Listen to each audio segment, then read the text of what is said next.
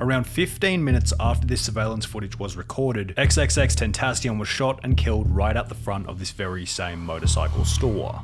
Several gunshots, possibly drive-by. Witness advised a black Dodge Journey.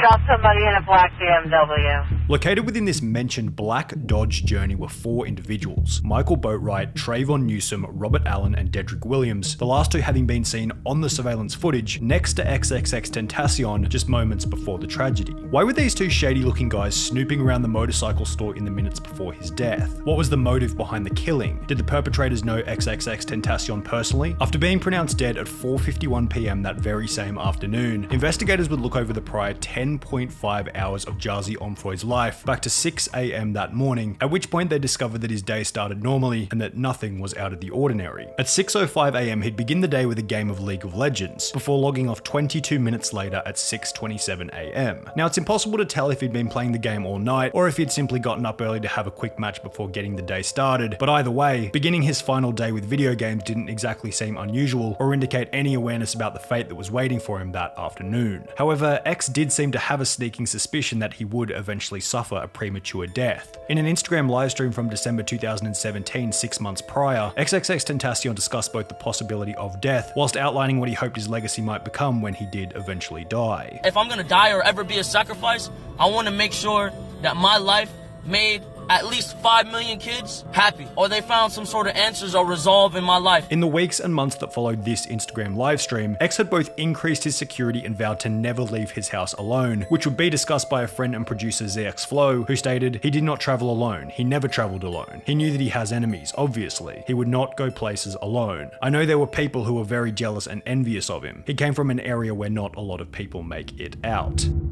XXXTentacion had grown up in Lord Hill, Florida, a suburban area which in 2014 was ranked as the 8th most dangerous small city in America, and if we examine X's upbringing in the area, it's really no surprise that by his final day on Earth, he had certainly created some enemies. Lauderhill is like the hood. Lauderhill is like... So, okay, you grew up in the hood. Wait, you're a fighter? You've been getting in a lot of fights? Bro, I've been fighting since I was a kid. What, he's always been throwing the hands or what? I mean, I've been there plenty of situations and like plenty of fights. After growing up in somewhat of a rough environment, with his mother being a stripper and his father partly a drug dealer, fighting people became a regular part of XXXTentacion's life, almost like a hobby. He'd be enrolled in a school choir during elementary school, where he began to develop his love for music, yet would be kicked out after punching another band member in the middle of a public performance. Like, I was in choir, ended up getting kicked out while we was literally doing a performance because he kept touching me when we were singing. Being kicked out of educational institutions for fighting became somewhat of a trend in X's life. After the school choir event, he'd then be expelled from Margate Middle School after kicking another kid in the mouth, whilst also getting into a fight with a random person who had provoked him on the bus ride home. As a result of X's short fuse, in the 8th grade, his mother would kick him out of home, at which point he'd go and live with his grandmother, who lived in a gated community reputable for drug dealing and gang violence, a place where XXXTentacion would come to find even more enemies. In this area, X came into the possession of a firearm and began to take part in armed robberies, ultimately resulting in his first 9-month stint in a Florida juvenile detention center. While locked up, X would meet another individual by the name of Stokely Cleavon Goldborn, who would later come to be known as Ski Mask the Slump God. It was hard. We had to make it on our own. They kicked us out. We met in jail.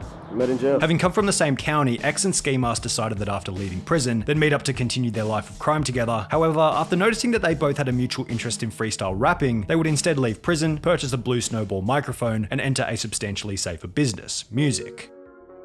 Yeah, we need an outlet to just stop getting in trouble. He ordered the stuff off of eBay. It was like a snowball mic, Audacity, and like a laptop. XXXTentacion would create his first ever song alongside Ski Mask titled News/Flock, then post it to SoundCloud after his release from prison, with his second song, Vice City, discussing this desire to leave his life of crime in the past. From this point onwards, X would become so serious about his music career that over 4 years later, on the final day of his life, creating music was still very much a daily habit. Because at around 8 AM, approximately an hour and a half after logging off League of Legends at 6:27 AM, X would work on the beat for a new song recorded 2 days prior titled Chase Glass Shards, which would, unbeknownst to him at the time, be the last piece of music he ever worked on. This would continue over the next 6 hours between 8 AM and 2 PM, in the process interacting with his girlfriend Genesis, who had become sick and was considering seeing a doctor. Without the knowledge that, after that afternoon, he'd never see Genesis ever again, X had something else on his mind: buying a new motorbike. At 3:11 PM, X would FaceTime his mother for 2 minutes, asking asking if she'd accompany him to a motorcycle dealership in Deerfield Beach, to which she would say no, sparking an argument, resulting in her agreeing to instead go to the doctor with Genesis. Vowing to never leave the house alone, XXXTentacion would instead head to the dealership with his step-uncle, stopping by the Bank of America on the way over. X pulled up to the bank driving his $150,000 BMW i8 whilst wearing a gold chain and a $2,000 Louis Vuitton bag. He walked in calmly and withdrew $50,000 in cash, placing each and every $100 bill neatly into his Louis Vuitton bag, at which point he'd be noticed by the 4 previously mentioned suspects, Michael Boatwright, Trayvon Newsome, Robert Allen, and Dedrick Williams, establishing a potential motive for the killing: financial gain. Just weeks prior to this $50,000 cash withdrawal, XXXTentacion had signed a deal for his 3rd studio album worth a reported $10 million US. However, landing such a lucrative deal was no walk in the park. Continuing on from where we left off earlier, after releasing Vice City in 2014, rapping about his desire to leave his life of crime in the past, X continued to release music, yet failed to achieve any success in the beginning. Having no following whilst being fresh out of prison led X to take on a 9-to-5 day job, working as an over-the-phone electricity salesman. I only done one job and I was a sales broker because I knew how to run my mouth. Electricity salesman. Hello, my name is Jose Onfoy from Energy Solutions. How are you doing today? Around a year and a half later, on the 30th of December 2015, XXXTentacion would drop one of his now most infamous songs titled Look At Me. The track would come to be known as a sleeper hit, laying dormant for over a year before exploding in early 2017. However, in the process, X began to build a cult following of incredibly loyal supporters for his unique sound and style. XXXTentacion. I wanted to ask you about him. Now he's still growing, and he's very young, and as every artist, is growing. But when he speaks, you can tell he's actually an intelligent individual. He's not a dumbass dude, and I think he actually has a message. So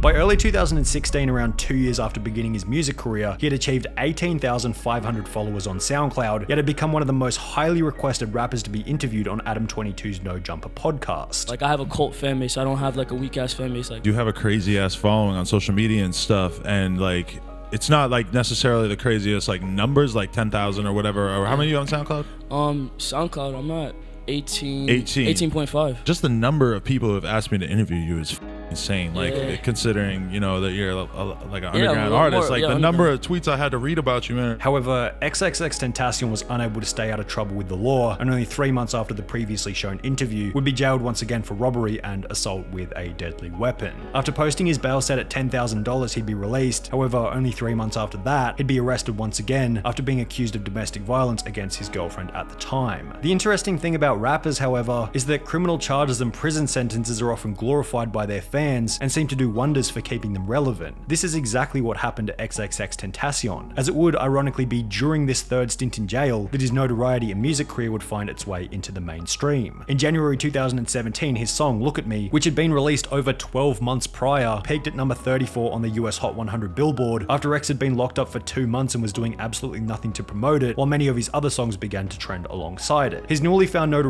whilst in prison led to countless 6-figure record label offers under the assumption that he was going to be even bigger after being released from prison. XXXTentacion ended up spending 6 months behind bars during this 3rd stint and was released in April 2017 with more fame, more fans, and more enemies than ever. After receiving a deal worth an estimated $6 million for the production of his 2nd studio album titled Question Mark, X would purchase a $1.4 million mansion in Parkland, Florida to house him, his girlfriend, and his mum. In the space of 1 year and 3 months, X had gone from an underground artist in prison to a multi-millionaire mainstream celebrity. However, while X had certainly built the fame and fortune, perhaps he didn't have enough time to build the high level of wisdom required to manage his high status position, bringing us back to the moment that he withdrew $50,000 cash on his very final day. The reasoning behind why X felt the need to carry such a large amount of money in physical $100 bills is anyone's best guess. Perhaps he knew the dealership would give him a better price if he paid with physical cash, or maybe he just wanted to feel like a baller walking around with the average American salary in his backpack. However, if X never made this withdrawal, the outcome at the end of the day might have been incredibly different. Because after leaving the bank, X would be followed by the 4 previously mentioned perpetrators to Riva Motorsports, all of which arriving at 3:30 PM approximately 10 minutes later. 2 of the alleged perpetrators, Robert Allen and Dedrick Williams, are seen walking right next to XXXTentacion whilst he looked at bikes, with the other 2 alleged perpetrators, Michael Boatwright and Trayvon Newsome, waiting outside in the black Dodge Journey. 25 minutes later, at 3:55 PM, XXXTentacion would go to drive out of the motorcycle dealership before the Dodge Journey would block the exit, at which point 2 masked men jumped out of the car and demanded X's Louis Vuitton bag and gold chain. The thieves would successfully take both of these items after a bit of a struggle. However, even though the robbery was over, when X looked at one of the men directly in the eyes, he'd take 2 steps back and do the unthinkable.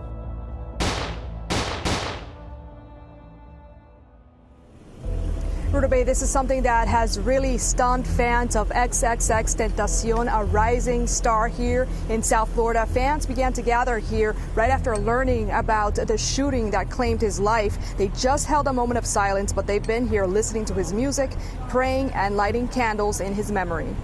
Disgustingly, in the hours after X's death, Dedrick Williams, one of the suspects, would record a video of himself happily dancing around with a bunch of $100 bills, also spending $800 on designer clothes at a Fort Lauderdale store the day after the killing. Similarly, police would find a $400 receipt for clothing and shoes in a garbage can at Michael Boatwright's house, purchased 13 days after X's death. However, while these complete and utter scumbags were living it up on their newly found unearned fortune, X's music career was having its own after-death explosion. When he passed, bro, I went up 1 million followers. General, anything that had to do with him went up. I mean, yeah, it's weird to see like his Instagram followers doubled when he passed. He went from like 7 to 14. Like, it's just crazy to see how people react when somebody passes. As mentioned in an article written by Hypebeast, sales of his first studio album 17 jumped up 9,000%, while his sophomore project released back in March saw a staggering 41,306% spike in less than 24 hours after his tragic death. Similarly, his average monthly YouTube music viewership jumped from 150 million per month to 400 million per month following his death, giving him a permanent increase in the value of his music as an offset to his passing. It was kind of like karma, a superstition that X certainly believed in. I believe in past lives and future lives.